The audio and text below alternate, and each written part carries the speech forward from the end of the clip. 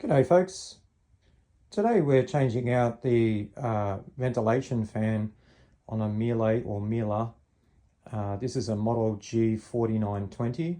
To find the model on your dishwasher, you can open up the door and the label will be just inside. If that label can't be read, there's a second label that's towards the back sometimes. This one's missing it. First step, we need to remove the right hand side panel to get access to the actual ventilation fan. So you'll need to open up the inside of the dishwasher. There's two screws, one here and a second screw here. And at the back, there's a third screw on the bottom plate. You'll find that at the top there is a small clip which you'll need to prise open. I recommend a electric screwdriver. You will need a T15 bit similar to this one. Okay, I've just removed those screws and you can see that clip there. A bit of pressure and it will unclip.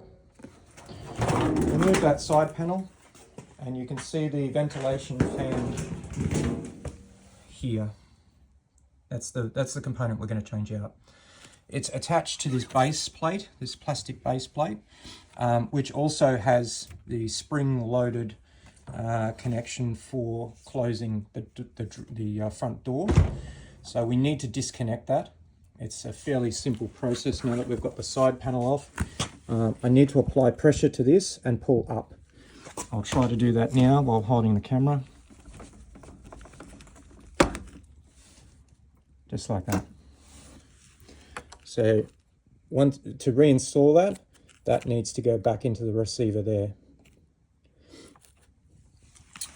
The next stage, we need to flip this unit upside down so we can get access to the bottom cover.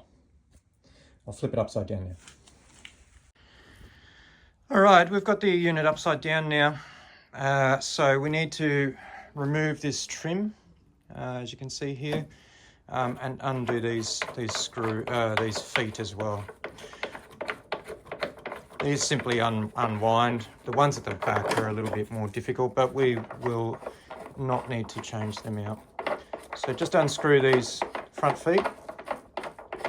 And then to get this front trim off, I actually use quite a long screwdriver, about 1.5 foot, I guess, or about nearly 30 centimeters. And it's a case of a combination of going into the side here and prying those tabs down. And at the same time, you'll see that the kick panel comes off like that. Okay, so it's a bit tricky sometimes, but it's simply a case of tabs that are holding it in. So notches on the inside and then just pins on the very inside. Now that we've got that trim off, we can see the base. So one screw here, one screw in the back right. There's another screw here. And on this unit, for some reason, there seems to be a screw that's behind the actual base plate, so someone's been playing around with it. We also need to take off this trim, so you can see there's a simple one screw there and another screw, so we're looking at the bottom screw on this one. All right, let's get the front off. So I'll be doing those two bottom screws and then we'll get to the next part. All right, cooking with gas, so they're quite long screws. So those screws, once you've got them, the whole trim just comes off. And we now have access to the screws for the base plate. And we also have access to this top screw, which is securing the plastic, which the ventilation fan is attached to. So I'll get the base plate off and we'll look at what's next. All right, we're back.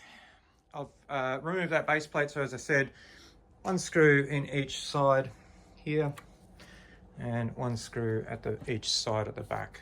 Okay, this is our ventilation fan. This is what we're taking out. It is attached to this base plastic.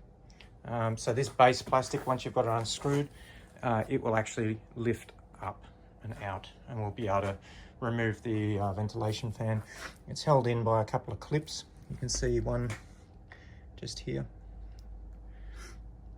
and there's another one.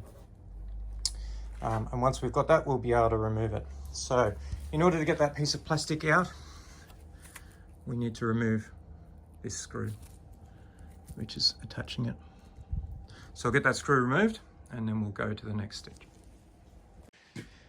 All right, so I've removed that front screw, the top one, and I've just backed off the bottom screw by a hair, because that is just compressing that piece of metal there and just causing a bit of drama. So once we've got that backed off, this whole piece here, we give it a bit of a pull on the front, and at this stage I just need to put a bit of pressure on the back, bit of pressure.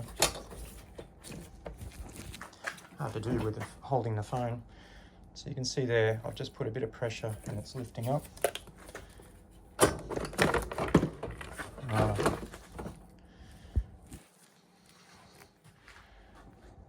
So you can see there, it's just held into a notch again at the back there.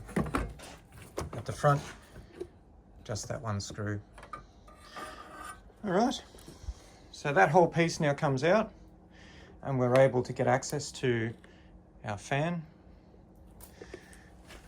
As I said before, it's pretty much just held in by a single clip, which you can just see there. If I get a flat bladed screwdriver, I can put pressure on that screw and the whole thing will, that piece of plastic, and the whole fan will just fall out. So I'll do that now. All done. So there's that little notch that I was talking about, so it's just held in there. So once you've got your new fan, you can simply slide it in.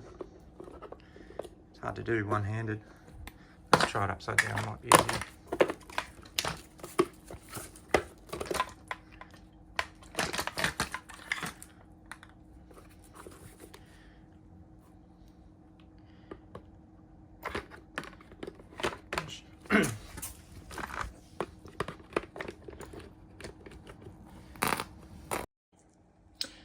All right, so we've got that reassembled now. You can pop that fan back in, the whole bracket in fact.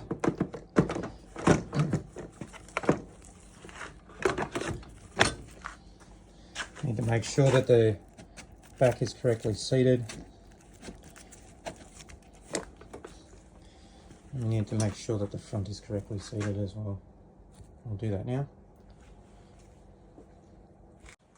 All right, so that's all correctly seated now, so you can see there's no gap. And you can see that the plastic trim here is correctly seated and it's clipped in, okay? On the front, be aware that your rope needs to go around this pulley. If it's dangling down here, it's no good because there's no tension. This pulley will be reattaching there, okay? So you need to make sure that that's around that pulley. On the front, you should be able to align the screws and we should be able to screw that back into place. Also, the screw for the adjustment for the back foot should be poking through the metal trim. All right, we'll get this reattached, so we'll re-screw that in, and then the rest of the process is simply reassembling it per the same way that we've just disassembled. That's all for this video, and thanks so much for your time. Enjoy.